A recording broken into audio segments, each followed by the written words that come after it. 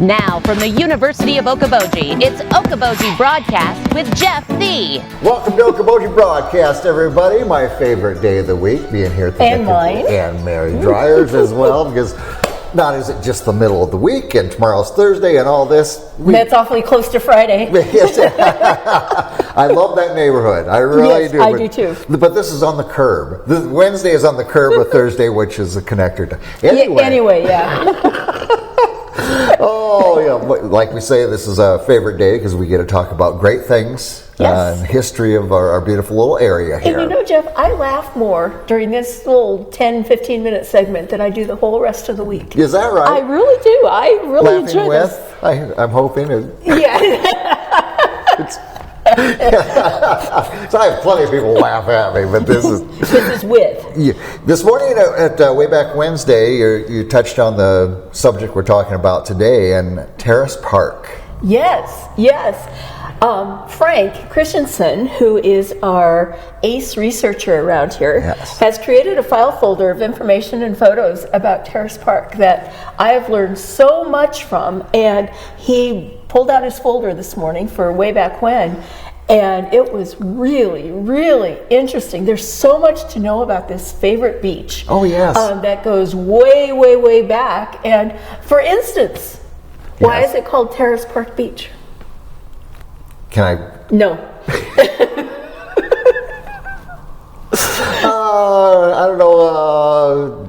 There was terraces around the area. Can I say? You're very close. Yes, yes. Terrace Park Beach, because in its natural state, the sand was in terraces. You know, Not like we know it today. not like yeah. not like the flat beach that we Yeah. know today. It was actually terraced. Okay. And there weren't any trees.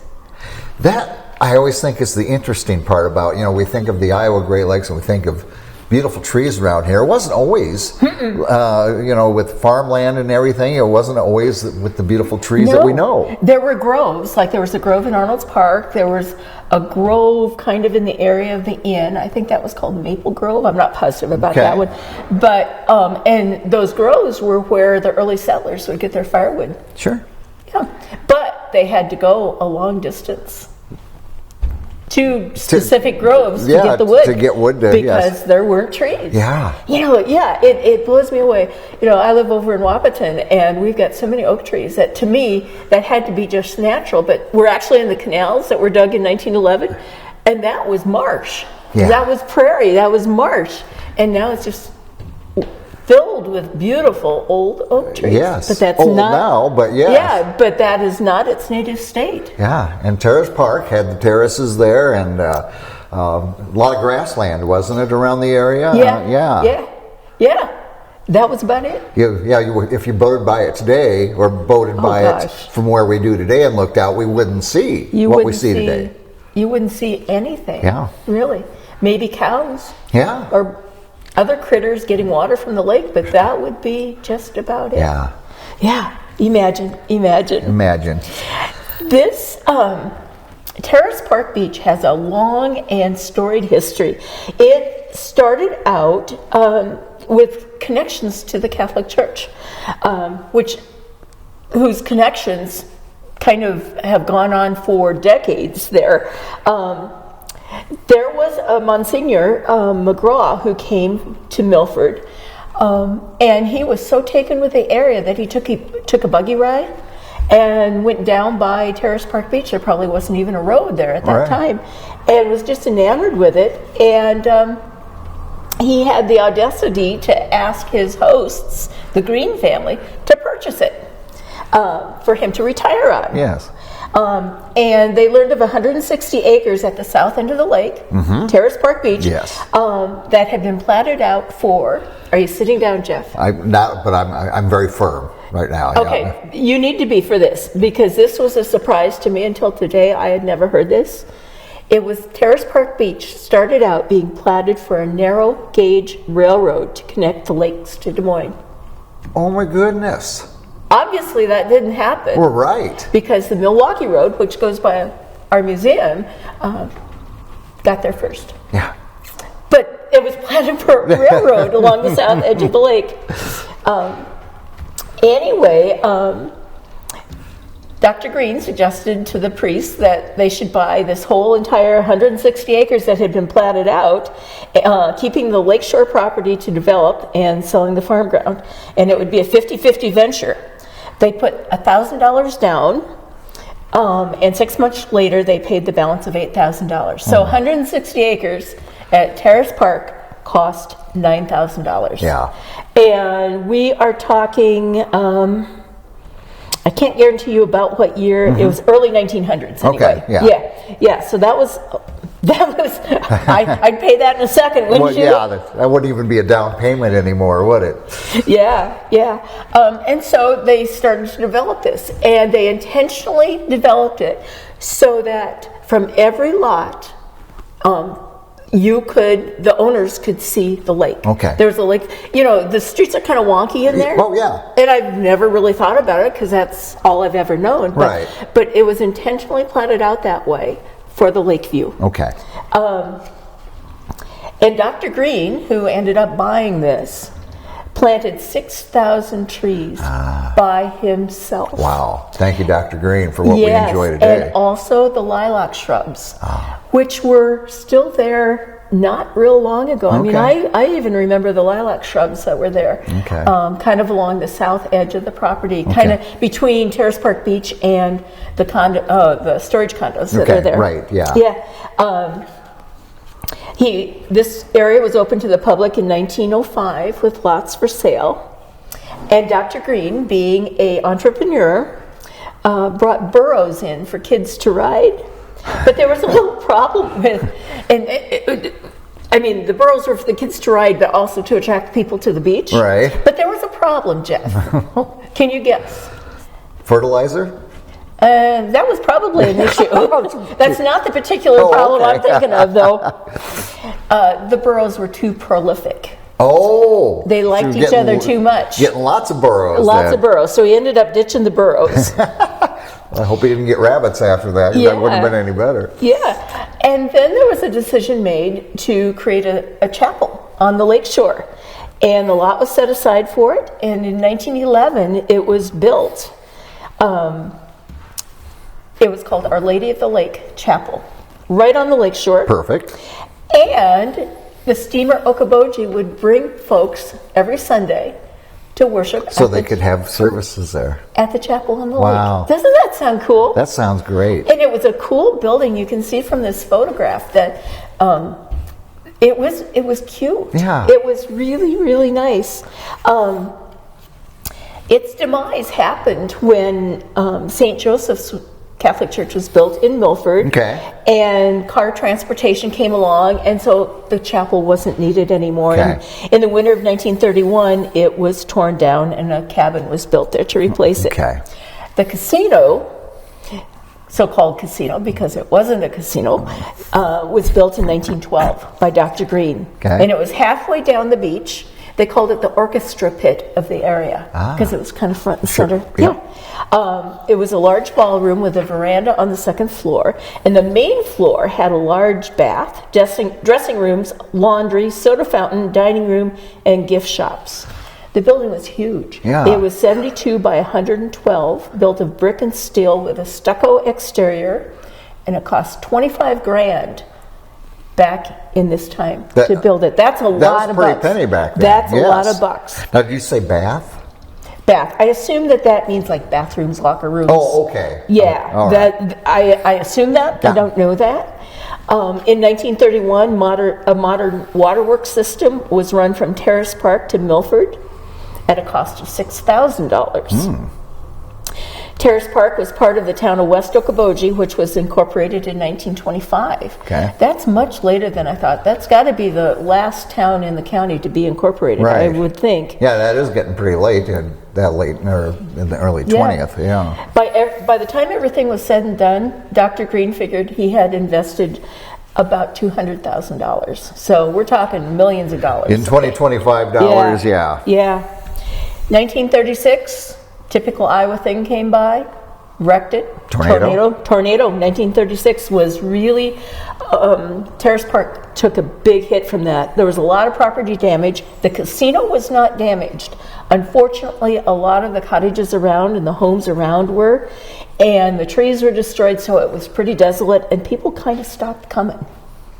Interesting. At that time. Yeah. The casino did reopen after the tornado, but Dr. Green had sort of had his time in the sun already. Sure, right. So in 1938, the ballroom and 27 acres was given to the Catholic Church, and it was made into a bingo parlor? seminary. Oh. There was a seminary at Isn't that Terrace close? Park. Yeah. In 1939, the remodeling began. 2,000 people showed up for its grand opening.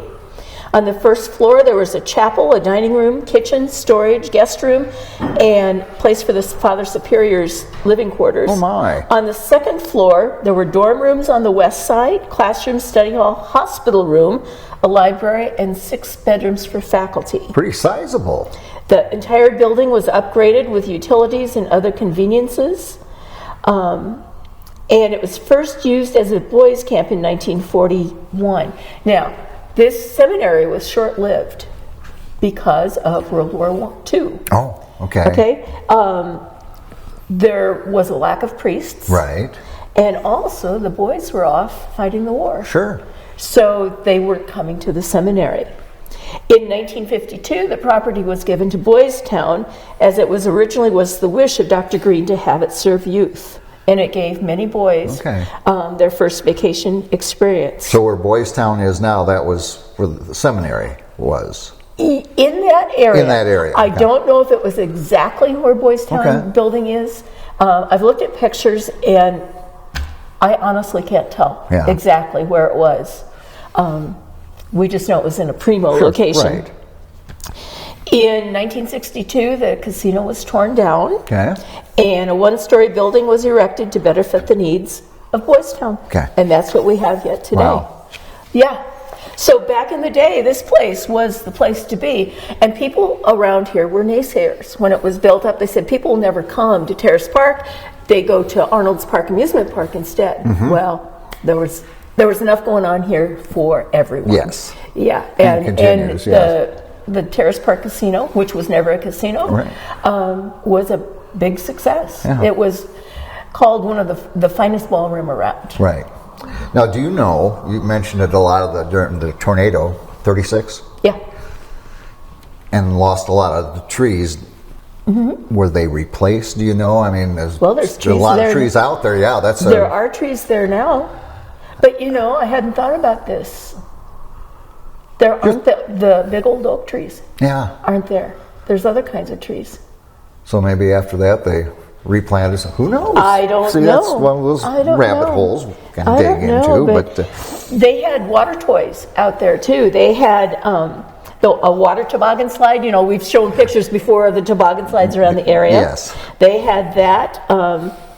It was named the most perfect freshwater beach in America. They also had a water swing, which I haven't seen a picture of, but was hugely popular.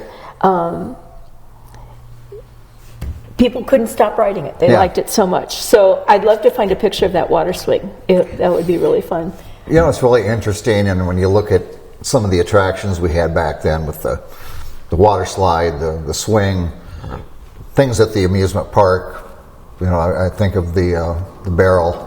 And the wooden slide. Yeah, so when anyone survived. People didn't worry about, that liability insurance will cost us a fortune.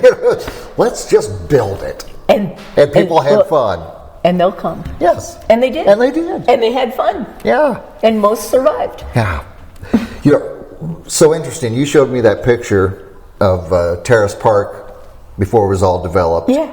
Last week, and you said, do you know where this is? And just had to look at the layout and imagine from my views being there. And I said, is that Terrace Park? And but it just goes to show you, the things go up, the things go down, things change, trees are put up, trees are blown down.